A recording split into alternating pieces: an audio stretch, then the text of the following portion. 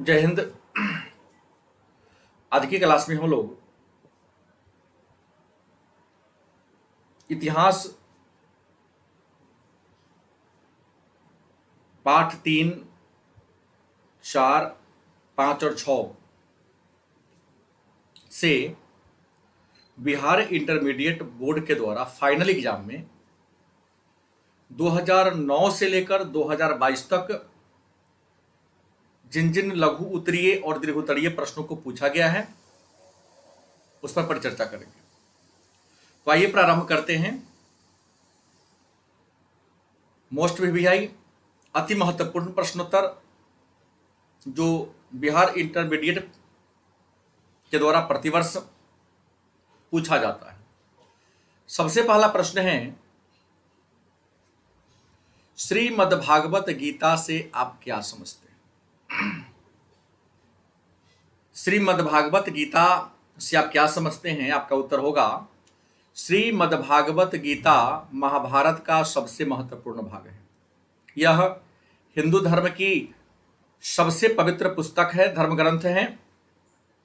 इसकी रचना संस्कृत भाषा में महर्षि वेदव्यास ने किया है। इसमें 18 अध्याय, 700 श्लोक हैं। इसका अंग्रेजी भाषा में अनुवाद 1785 ईस्वी में चार्ल्स विल्किंस ने किया था। गीता का उपदेश भगवान श्री कृष्ण ने कुरुक्षेत्र के मैदान में अर्जुन को दिया था। इसमें निष्काम कर्म और भक्ति का उपदेश दिया गया है। मतलब प्रश्न है, श्रीमद् भागवत गीता से आप क्या समझते हैं? तो आप लिखेंगे, श्रीमद् भागवत गीता महाभारत का सबसे महत्वपूर्ण भाग है। यह हिंदू धर्म की सबसे पवित्र धर्म ग्रंथ है। इसकी रचना महर्षि वेदव्यास ने संस्कृत भाषा में किया है। इसमें 18 अध्याय, 700 श्लोक। इसका अंग्रेजी भाषा में अनुवाद 1785 में चार्ल्स विल्किंस ने किया था। गीता का उपदेश भगवान श्री कृष्ण ने कुरुक्षेत्र के मैदान में अर्जुन को दिया था। गीता में निष्काम कर्म और भक्ति का उपदेश है। दूसरा प्रश्न है, महाभारत में वर्णित विवाह के प्रकारों का नाम लिखें। महाभारत में वर्णित विवाह के प्रकारों का नाम लिखें। तो महाभारत में वर्णित विवाह के प्रमुख प्रकार निम्नलिखित हैं। ऐसे आपको बता दें कि महाभारत में विवाह के 8 प्रकारों का उल्लेख है। महाभारत में कितने विवाह के प्रकार है? 8। नंबर 1 ब्रह्म विवाह, नंबर 2 दैव विवाह, नंबर 3 आर्ष विवाह, नंबर 4 प्रजापत्य विवाह, नंबर 5 असुर विवाह, नंबर 6 गंधर्व विवाह, नंबर 7 राक्षस विवाह, नंबर 8 पिशाच विवाह। अगला है, महाभारत में वर्णित वर्ण व्यवस्था पर प्रकाश डाले। महाभारत में वर्णित वर्ण व्यवस्था पर प्रकाश डाले। आप लिखोगे, वर्ण जो वृद्धि धातु से निकला है। वर्ण जो वृद्धि धातु से निकला है, जिसका शाब्दिक अर्थ वर्ण करना मतलब स्वीकार करना या चुनना होता है। वर्णों की संख्या 4 है। इन चारों वर्णों के बारे में उल्लेख ऋग्वेद के 10वें मंडल के पुरुषोक्त में है। चारों वर्णों के नाम हैं ब्राह्मण, क्षत्रिय, वैश्य और शूद्र। अगला प्रश्न है, गोत्र से आप क्या समझते हैं? गोत्र से आप क्या समझते हैं? आपका उत्तर होगा, एक ही छत के नीचे रहने वाले समान लोगों के समूह को गोत्र कहते हैं। एक ही छत के नीचे रहने वाले समान लोगों के समूह को गोत्र कहते हैं। गोत्र जिसका विकास 1000 ईसा पूर्व के आसपास हुआ था। इसका नामकरण मतलब गोत्र का नामकरण ऋषियों के नाम पर किया गया है। प्रमुख गोत्र हैं गौतम, भारद्वाज, जमदग्नि, वशिष्ठ, पराशर, विश्वामित्र, कश्यप, अत्रि, अंगिरा, पुलस्त। ये प्रमुख गोत्र हैं। अगला प्रश्न है, महावीर स्वामी के उपदेश को लिखें। महावीर स्वामी के उपदेश को लिखें। आप लिखेंगे, महावीर स्वामी ने निम्नलिखित उपदेश दिया। महावीर स्वामी ने निम्नलिखित उपदेश दिया। नंबर 1 सत्य, मतलब हमेशा सत्य बोलो, कभी झूठ ना बोलो। नंबर 2 अहिंसा, कभी हिंसा मत करो। किसी का दिल ना दुखाओ। तीसरा अस्तेय, मतलब कभी चोरी ना करो। अपरिग्रह, संपत्ति संग्रह ना करो। और पांचवा है ब्रह्मचर्य, मतलब इंद्रियों को वश में रखो। अगला प्रश्न है, त्रिपिटक से आप क्या समझते हैं? त्रिपिटक से आप क्या समझते हैं? आपका उत्तर होगा त्रिपिटक बौद्ध धर्म के प्रमुख ग्रंथ हैं, पुस्तक हैं। त्रिपिटक बौद्ध धर्म के प्रमुख ग्रंथ है। त्रिपिटक में सुत्त पिटक, इसमें महात्मा बुद्ध के उपदेशों का संग्रह है। दूसरा है विनय पिटक, इसमें बौद्ध संघ के नियमों का उल्लेख है। तीसरा है अभिधम्म पिटक, इसमें बौद्ध धर्म के सिद्धांतों का उल्लेख है। अगला प्रश्न है, गौतम बुद्ध के प्रमुख उपदेशों को लिखें। गौतम बुद्ध के प्रमुख उपदेशों को लिखें। आपका उत्तर होगा गौतम बुद्ध ने अपने शिष्यों को निम्नलिखित उपदेश दिया था। नंबर 1, दुख। गौतम बुद्ध के अनुसार समस्त संसार दुख से भरा पड़ा है। नंबर 2 क्या है? दुख समुदाय। बुद्ध ने कहा दुख समुदाय, मतलब दुख का कोई ना कोई कारण अवश्य है। तीसरा, दुख निरोध, मतलब दुख से निकला जा सकता है। दुख से क्या हो सकता है? आप निकल सकते हैं। और चौथा क्या है? दुख निरोध मार्ग, मतलब संसार में प्रिय लगने वाली वस्तु को आप परित्याग कर दीजिए। मतलब संसार में जो वस्तु आपको प्रिय लग रही है उस वस्तु को त्याग कर दुख से निकला जा सकता है। और महात्मा बुद्ध के उपदेश को 4 आर्य सत्य के नाम से भी जानते हैं। 4 आर्य सत्य, ये बौद्ध धर्म के 4 आर्य सत्य भी हैं। 2 तरीके से प्रश्न होगा। अगर आपसे पूछे गौतम बुद्ध के उपदेशों को लिखें या 4 आर्य सत्य, आर्य सत्य को लिखें, तो आप इसी को लिख देंगे, आपको नंबर मिल जाएगा। नेक्स्ट प्रश्न है, 5 अंक का प्रश्न है, महात्मा बुद्ध के जीवन चरित्र पर प्रकाश डाले अथवा गौतम बुद्ध के जीवन चरित्र पर प्रकाश डाले। तो आपको बता दें कि गौतम बुद्ध को ही महात्मा बुद्ध भी कहते हैं और आपको पता होगा कि इनको सिद्धार्थ के नाम से भी जाना जाता है। तो प्रश्न को पूछा जा सकता है कि सिद्धार्थ के जीवन चरित्र पर प्रकाश डालें। 5 अंक का प्रश्न है, बड़ा ही महत्वपूर्ण प्रश्न है, कई बार इस प्रश्न को पूछा जा चुका है। तो महात्मा बुद्ध, जिनका जन्म 563 ईसा पूर्व में नेपाल के तराई में लुम्बिनी नामक गांव में के निकट आम्रकुंज में हुआ था। महात्मा बुद्ध का जन्म 563 ईसा पूर्व में नेपाल के तराई में लुम्बिनी नामक गांव के निकट आम्रकुंज में हुआ था। इनके पिता का नाम सुदोधन था, जो शाक्य कुल के प्रधान थे। इनके माता का नाम महामाया था, जो कोलिय वंश की राजकुमारी थी। इनके जन्म के 7 दिन के बाद इनके माता मतलब महामाया का देहांत हो गया। अतः इनका पालन पोषण इनकी मौसी प्रजापति गौतमी ने किया। इनके जन्म के अवसर पर पंडितों ने भविष्यवाणी किया, यह बालक आगे चलकर चक्रवर्ती राजा बनेगा। चक्रवर्ती राजा मतलब राजाओं का राजा बनेगा या महान सन्यासी बनेगा। राजा के पुत्र होने के कारण इन्हें राजनीति की उचित शिक्षा दी गई, लेकिन इनका मन इन कार्यों में मतलब गृहस्थ में नहीं लगता था। वे हमेशा चिंतनशील रहा करते थे और जब भी मौका मिलता तो जम्मू के वृक्ष मतलब जामुन के पेड़ के नीचे ध्यानमग्न हो जाते। इनके पिता ने इनका विवाह 16 वर्ष की अवस्था में यशोधरा नामक एक कन्या से करा दिया। विवाह के बाद इन्हें एक पुत्र की प्राप्ति हुई, जिसका नाम इन्होंने राहुल रखा। पुत्र की प्राप्ति के बाद इनके पिता ने इनको युवराज घोषित कर दिया। युवराज घोषित होने के बाद सिद्धार्थ राज्य भ्रमण के लिए निकले और राज्य भ्रमण के दौरान इन्होंने मतलब सिद्धार्थ ने मानव जीवन के 4 दृश्यों को देखा। बूढ़ा, फिर रोगी को देखा, फिर मृत व्यक्ति को देखा और अंत में सन्यासी को देखा।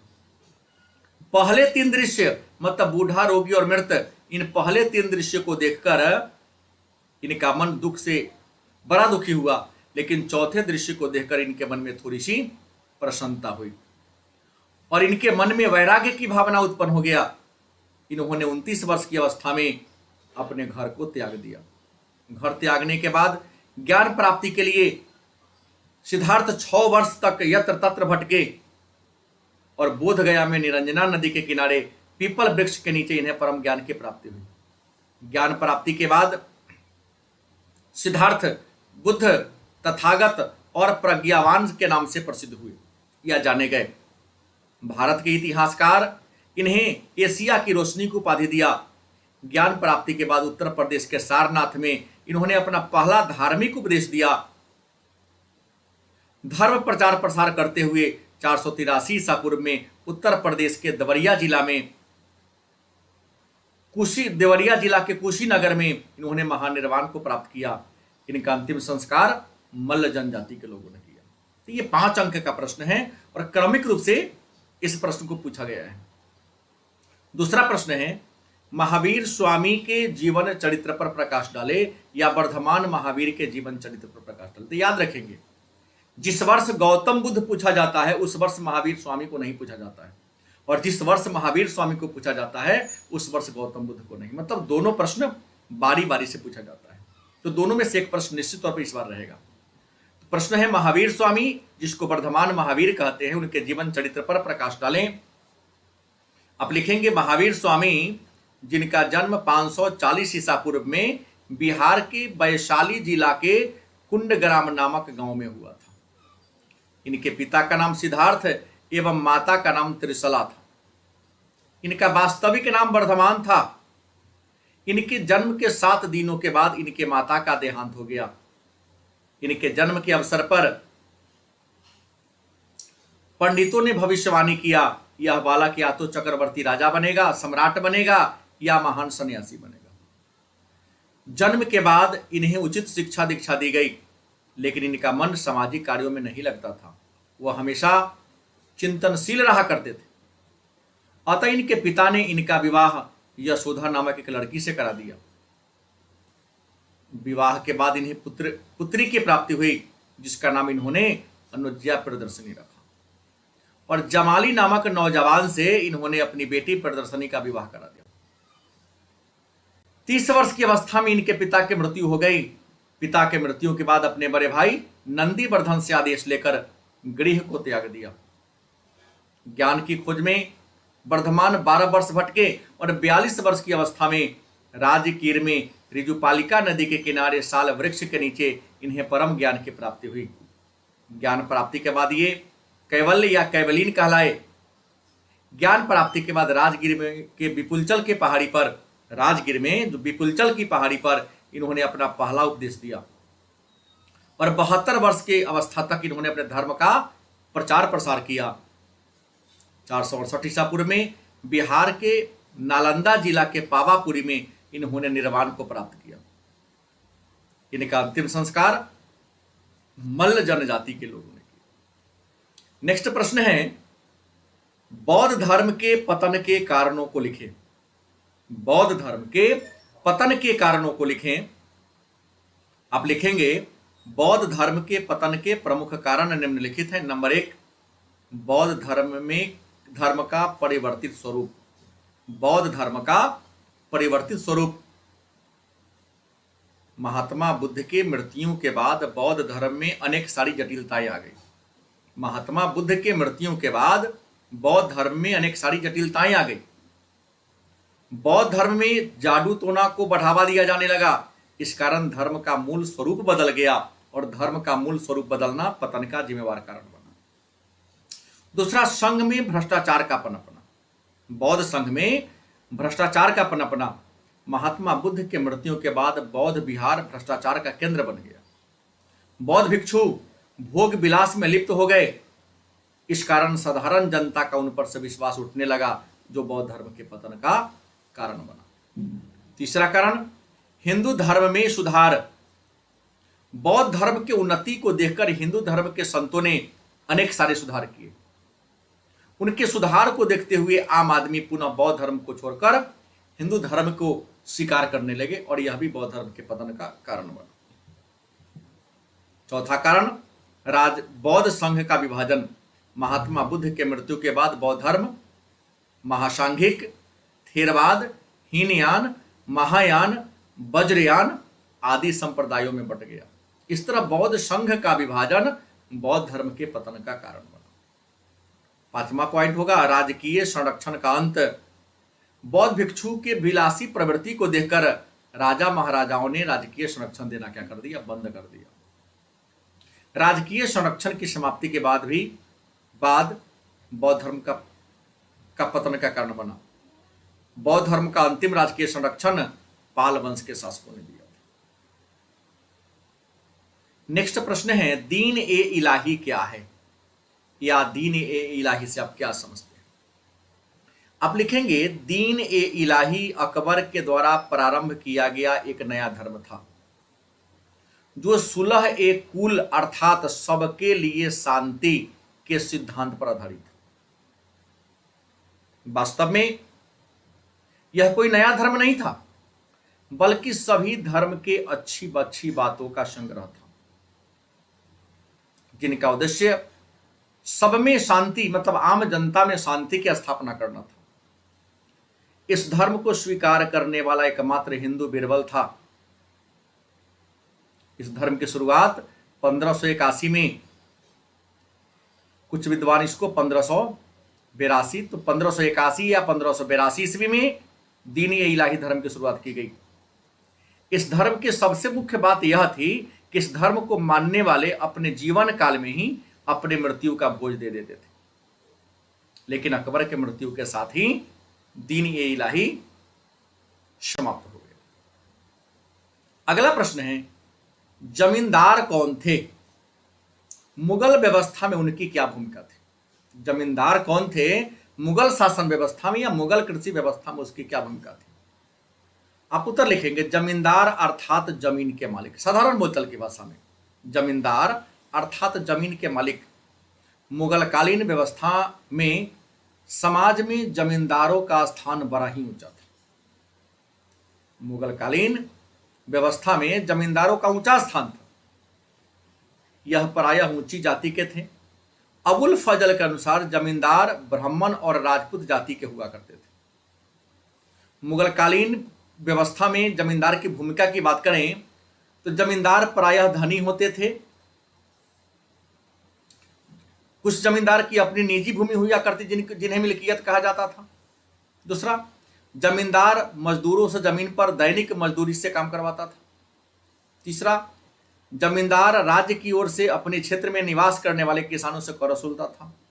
चौथा, जमींदारों का पद अनुवांशिक होते थे, जिन्हें विरासत के रूप में जमीन मिलती थी। सभी जमींदार अपने पास सैनिक की टुकड़ी रखता था जो युद्ध के समय राजा को सहयोग करता था। अगला प्रश्न है अकबर की भूमि बंदोबस्त प्रणाली या आईने दहसाला का मूल्यांकन करें। अकबर की भूमि बंदोबस्त प्रणाली या आईने दहसाला का मूल्यांकन करें।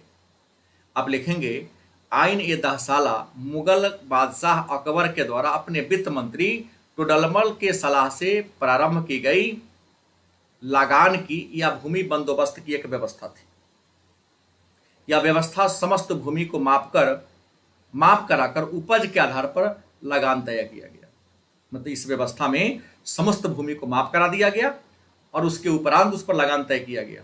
यह व्यवस्था 10 वर्षों के लिए लागू किया गया था, अतः इसे आईने दहसाला के नाम से जानते हैं। इसकी शुरुआत 1573 में गुजरात से हुई और संपूर्ण भारत में या संपूर्ण मुगल साम्राज्य में 1579 से 80 तक लागू कर दिया गया। नेक्स्ट प्रश्न है अकबर को राष्ट्रीय सम्राट कहते हैं क्यों। अकबर को राष्ट्रीय सम्राट कहते हैं क्यों, या अकबर को राष्ट्रीय शासक क्यों कहते हैं। आपका उत्तर होगा अकबर जो मुगल वंश के सबसे महान शासक थे। अकबर मुगल वंश के सबसे महान शासक थे। इनका शासनकाल 1526 ईस्वी से 1605 ईस्वी के बीच था। सॉरी 1556 से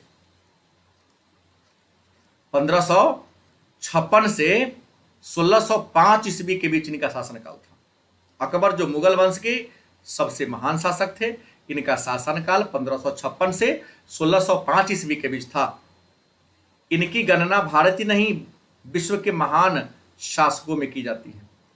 इनका जन्म 1542 ईस्वी में हुमायूं की पत्नी हमीदा बेगम के गर्भ से हुआ था।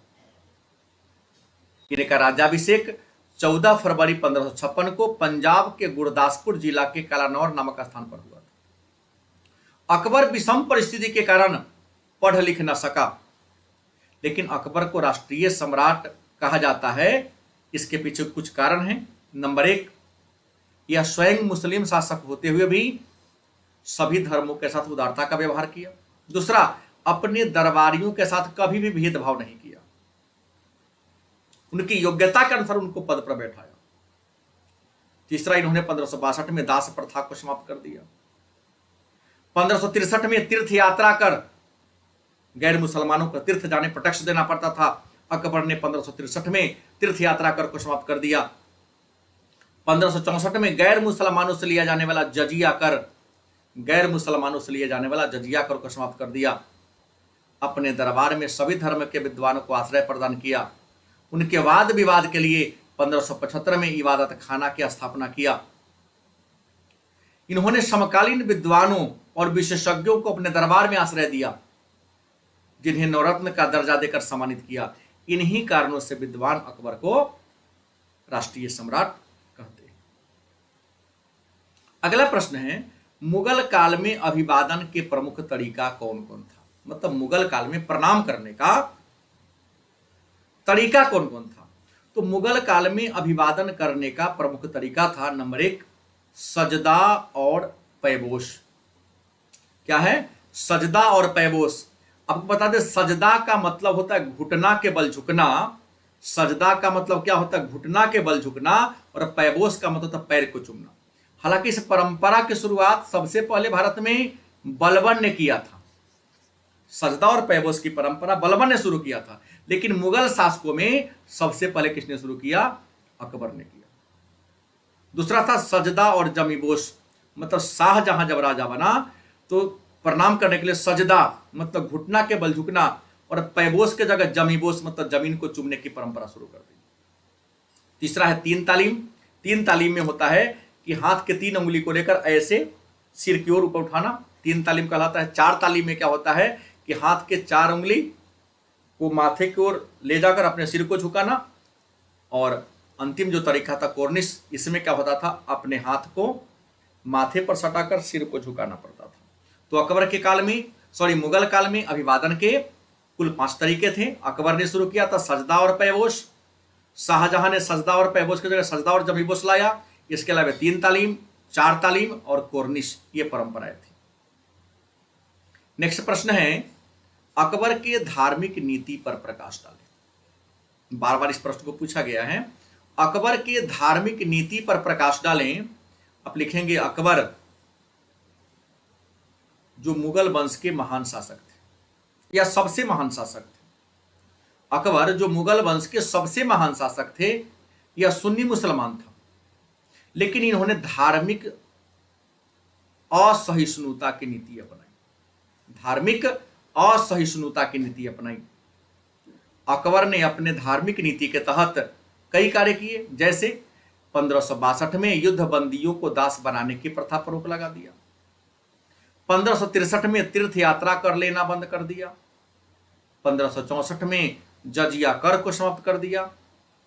1575 में दार्शनिक और धार्मिक प्रश्नों पर वाद विवाद के लिए फतेहपुर सीकरी में इबादत खाना की स्थापना किया। 1579 में मजहर की घोषणा किया। धार्मिक ज्ञान को बढ़ाने के लिए हिंदू धर्म के पुरुषोत्तम एवं देवी को अपने दरबार में शरण दिया और उनसे प्रभावित होकर माथे पर तिलक लगाना शुरू कर दिया। अकबर पहला मुसलमान था जो माथे पर तिलक लगाता था। पारसी धर्म के विद्वान दस्तूर में हरजी राणा से पारसी धर्म की शिक्षा ली और पारसी धर्म से प्रभावित होकर सूर्य की उपासना किया, सूर्य को जल देना शुरू किया और अपने दरबार में हर समय अग्नि जलाने का आदेश दिया। जैन धर्म के आचार्य शांति चंद्र एवं हीर विजय सूरी को अपने दरबार में आश्रय दिया।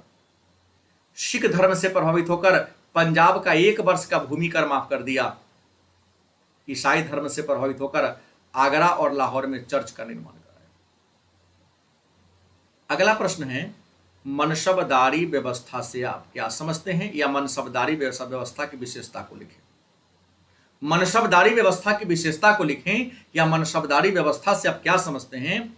आप लिखेंगे मनसबदारी व्यवस्था मुगल बादशाह अकबर के द्वारा सेना के पुनर्गठन करने के लिए 1573-74 ईस्वी में प्रारंभ की गई एक व्यवस्था थी। मनसबदारी व्यवस्था मुगल सम्राट अकबर के द्वारा सेना का पुनर्गठन करने के लिए 1573-74 ईस्वी में प्रारंभ की गई एक व्यवस्था थी। यह प्रथा अकबर ने मंगोल नेता चंगेज खान से सीखा था, क्योंकि चंगेज खान ने अपनी सेना का गठन दशमलव प्रणाली के आधार पर किया था। मनसबदारी व्यवस्था में मनसबदार की सबसे छोटी इकाई 10 एवं सबसे बड़ी इकाई 10,000 का था। अकबर ने मनसबदारों के पद पर अपने विश्वासपात्र लोगों को बैठाया। मनसबदारों की 3 श्रेणियां थी। प्रथम श्रेणी में उन्हें रखा गया जिनके पास कम से कम 10 और अधिक से अधिक 500 के जात एवं सवार होते थे। इन्हें मनसबदार कहा जाता था। दूसरी श्रेणी में उन्हें रखा गया जिनके पास 500 से 2500 के बीच जात और सवार होते थे, और इन्हें अमीर कहा जाता था। तीसरी श्रेणी में के मनसबदार को अमीर ए उमदा कहा जाता था। तीसरे श्रेणी के मनसबदार को अमीर ए उमदा कहा जाता था। इनके पास 2500 से ज्यादा जात और सवार होते थे। अगला प्रश्न है, अकबर के काल में भूमि के वर्गीकरण किस आधार पर किया गया था। अकबर के काल में, या अकबर के काल को लिख सकता है कि मुगल काल में, या मुगल काल के किसी अन्य राजा का भी नाम दिया जा सकता है। तो आपको सीधा देना है कि अकबर के काल में या मुगल काल में भूमि को किन आधार पर बांटा गया था। तो अकबर के काल में या मुगल काल में भूमि को का वर्गीकरण उत्पादन के आधार पर किया गया था। अकबर के काल में भूमि का वर्गीकरण उत्पादन के आधार पर किया गया था, और उत्पादन के आधार पर भूमि को 4 वर्गों में बांटा गया था। आईन अकबरी में इसका उल्लेख है। पहला था पोलज। यह प्रथम श्रेणी का भूमि था जिस पर प्रत्येक वर्ष खेती होता था। दूसरा था पर्ती। इसमें 2-3 वर्ष खेती होता था और 1 वर्ष के लिए पर्ती छोड़ दिया जाता था। तीसरा था छच्छर। इसमें 1 वर्ष खेती होता था और 3 से 5 वर्ष के लिए पर्ती छोड़ दिया जाता था। चौथा था बंजर। यह भूमि का सबसे निम्न कोटि था जिस पर उत्पादन नहीं हो पाता था। अगला प्रश्न है, मुगल प्रशासन पर प्रकाश डाले। प्रश्न क्या है, मुगल प्रशासन पर प्रकाश डाले। आपका उत्तर होगा मुगल प्रशासन जिसका गठन तुर्क मंगोल सिद्धांत के आधार पर किया गया था। मुगल प्रशासन जिसका गठन तुर्क मंगोल सिद्धांत के आधार पर किया गया था। शासन का प्रधान सुल्तान होता था। सुल्तान को जिल्ले इलाही अर्थात पृथ्वी पर ईश्वर की छाया माना जाता था। अबुल फजल ने अकबर को फर्द ए इजदी माना है। फर्द ए इजदी का मतलब होता है खुदा से निकलने वाली रोशनी। शासन की सुविधा के दृष्टिकोण से मुगल प्रशासन को निम्न भागों में बांटा गया था। नंबर 1, केंद्रीय प्रशासन। केंद्रीय प्रशासन का प्रधान सुल्तान होता था, मतलब राजा होता था, और अपने कार्यों में सहायता के लिए वकील, दीवान, मीर बख्शी, काजी आदि पदाधिकारियों की सहायता लेते थे। दूसरा था प्रांतीय प्रशासन, माने राज्य का शासन। यह शासन का दूसरा स्तर था। प्रांत का शासन सूबेदार के हाथ में होता था और सूबे की वित्त व्यवस्था की देखरेख दीवान करता था, और सूबे में शांति व्यवस्था की जिम्मेवारी कोतवाल के हाथ में थी। अगला है जिला प्रशासन। शासन की सुविधा की दृष्टि से प्रांत को जिला में बांटा गया था, और मुगल काल में जिला को सरकार कहा जाता था, और जिला का प्रशासन फौजदार के हाथ में था, मतलब जिला अधिकारी को फौजदार कहा जाता था, और जिला में वित्त व्यवस्था अमल गुजार नामक पदाधिकारी देखते थे। चौथा है परगना। जिला का विभाजन परगना में किया गया था, और परगना का शासन सिकदार के हाथ में था। परगना के शासन व्यवस्था की देखरेख कौन करता? सिकदार करता था। और परगना में वित्त व्यवस्था